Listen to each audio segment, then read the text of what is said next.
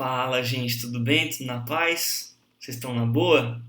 Gui aqui, morrendo de saudade de vocês. Espero que vocês estejam bem, se cuidando aí, tá? Um momento um pouco diferente, né, na nossa trajetória. Mas ó, a gente está aqui trabalhando muito, estamos aqui no escritório de casa, trabalhando bastante para tentar fornecer para você tudo que você precisa nesse momento, tá? Pode contar muito com a gente trabalhando demais para isso. Ó, deixa eu te falar. Para esse momento delicado, tá um pouco diferente da nossa trajetória, como eu falei, eu criei algumas situações para a gente poder se comunicar mais rapidamente e facilmente, tá? Então, no Instagram eu criei um novo perfil só para esse momento, prof.guimourão. Dá uma olhada lá para você tirar qualquer dúvida, me procure, fica à vontade. Aqui no YouTube nós temos o canal Professor Guimourão, fica muito à vontade também. A gente quer muito poder te ajudar nesse momento, tá? E vamos falar um pouco da gente, né? Vamos falar um pouco da gente, eu e vocês, nosso grande primeiro super. Eu vou trabalhar com vocês agora o módulo 13 do setor 222. Vamos entender só o contexto. Eu terminei com vocês movimento uniforme, lembra? Agora o J vai terminar a MOVE, movimento uniformemente variado. O Dersim trabalhou vetor e agora está em leis de Newton.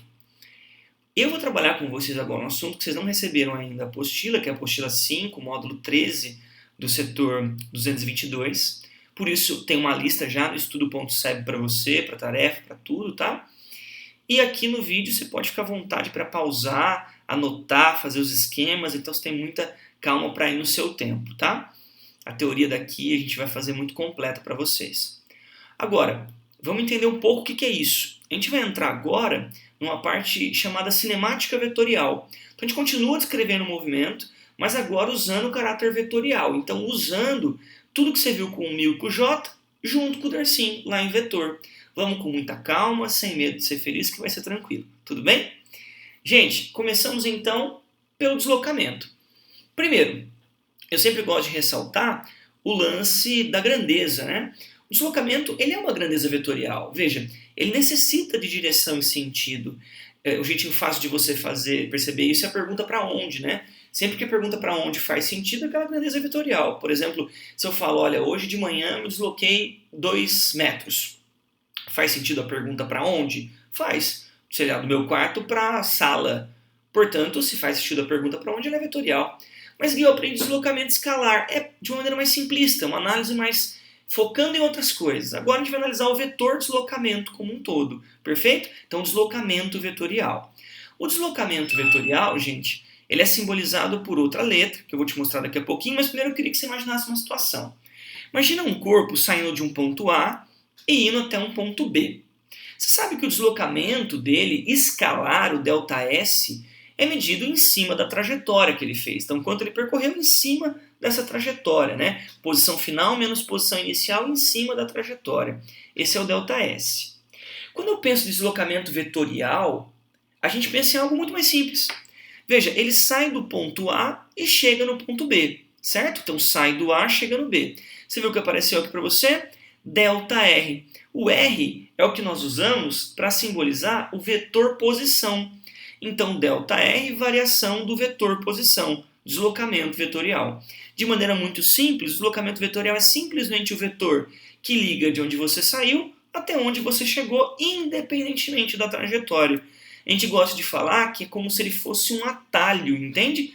Ele não se preocupa com trajetória, é simplesmente ligar de onde você saiu até onde você chegou. Essa é uma interpretação mais comum, né? Agora, você pode pensar também, se você tiver um ponto de referência, você pode pensar dessa maneira que eu citei agora há pouco, variação do vetor posição. O que é o vetor posição? O vetor posição é o vetor que sai do ponto de referência até o ponto onde você está. Então aqui eu tenho o vetor posição A, RA, o vetor posição B, RB. O vetor deslocamento vai ser a subtração desses dois vetores. Posição final menos posição inicial. Então vetor posição final menos vetor posição inicial. Gente, é inegável que isso aqui é muito menos usado, tá? A ideia mais simples, sem dúvida alguma, é simplesmente ligar de onde você saiu até onde você chegou, sem muitas dificuldades. Esse é o vetor deslocamento. Ok, se eu tiver vários deslocamentos, você faz a soma vetorial, que você aprendeu lá com o Dersim. Pode ligar a cabecinha na bundinha, a regra do polígono, certo? Também pode usar paralelogramo, decomposição. Aí seria simplesmente uma soma vetorial, perfeito? Ó, gente, Como a gente pensou no caráter vetorial do deslocamento, agora a gente vai pensar no caráter vetorial da velocidade. Perfeito? Veja, velocidade escalar média você já aprendeu, ΔS por ΔT. Agora eu quero pensar na velocidade vetorial média. Gente, só fazer o primo. É muito parecido. Então, se lá é deslocamento escalar pelo tempo, aqui vai ser o vetor deslocamento pelo tempo. Deslocamento vetorial pelo tempo. Perceba que isso é uma expressão vetorial, tá, gente? Portanto, tem direção, sentido e módulo, né? Quando a gente pensa na direção e no sentido da velocidade escalar, velocidade vetorial média, perdão, vai ser a mesma do vetor deslocamento. Então tá ali, ó. Mesma direção e sentido do vetor deslocamento é o vetor velocidade média. Agora, quando eu penso no módulo, então aqui, ó, se a gente for pensar no módulo do vetor velocidade, então o módulo do vetor velocidade escalar média vai ser o módulo do vetor deslocamento pelo tempo. Perfeito? Vamos aplicar isso para a gente imaginar um pouquinho? Dá uma olhadinha no exercício 1, página 159. Você não está com a apostila, acompanha aqui comigo. Uma pessoa realiza um deslocamento retilíneo de 60 metros. Em seguida, perpendicularmente ao primeiro, a pessoa realiza outro deslocamento, também retilíneo de 80 metros. Então veja, 2 deslocamentos. Com base nessas informações, calcule, tem o deslocamento escalar e o deslocamento vetorial. Olha que interessante. Gente, primeiro vamos tentar imaginar essa situação. Então o que ele fez? Ele andou 60 metros, não sei como exatamente, tá? Então eu vou desenhar de maneira aleatória aqui, ó. Desenhei vertical para cima, não sei se é assim, tá? Só desenhei 60 metros. Aí eu sei que o outro deslocamento, ele foi perpendicular ao primeiro. Então eu fiz aqui, ó, horizontal para a direita, não que eu tenha certeza que é assim, tá? Então desenhei os dois deslocamentos. Vamos começar pelo simples? O simples é o deslocamento escalar. Porque o deslocamento escalar não está nem aí para nada disso. Você sabe muito bem que é simplesmente a soma desses dois deslocamentos, né?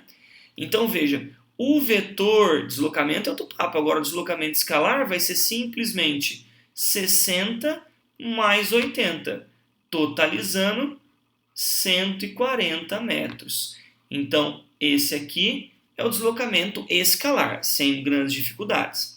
Já o deslocamento vetorial, você sabe que a gente tem que somar esses dois vetores. Olha que legal, já está ligado cabecinha na bundinha aqui.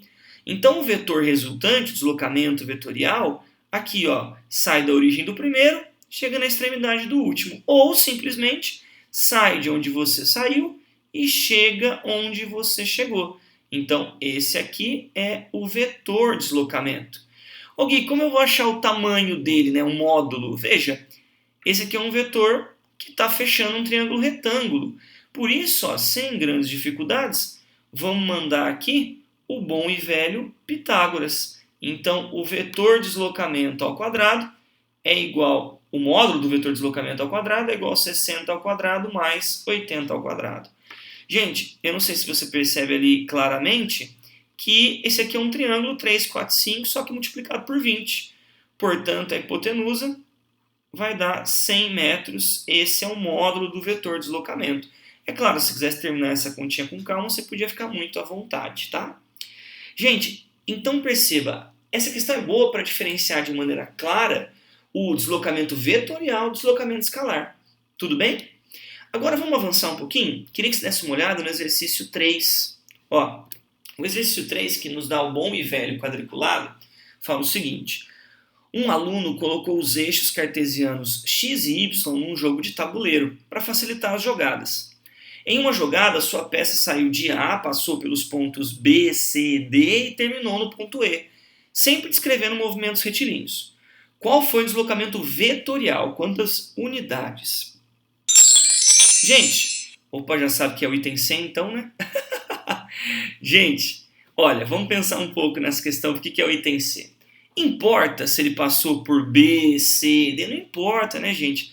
O que importa para nós aqui é sempre de onde ele saiu, que é o ponto A. Então aqui, ó, de onde ele sai e de onde ele chega, para onde ele chega, né?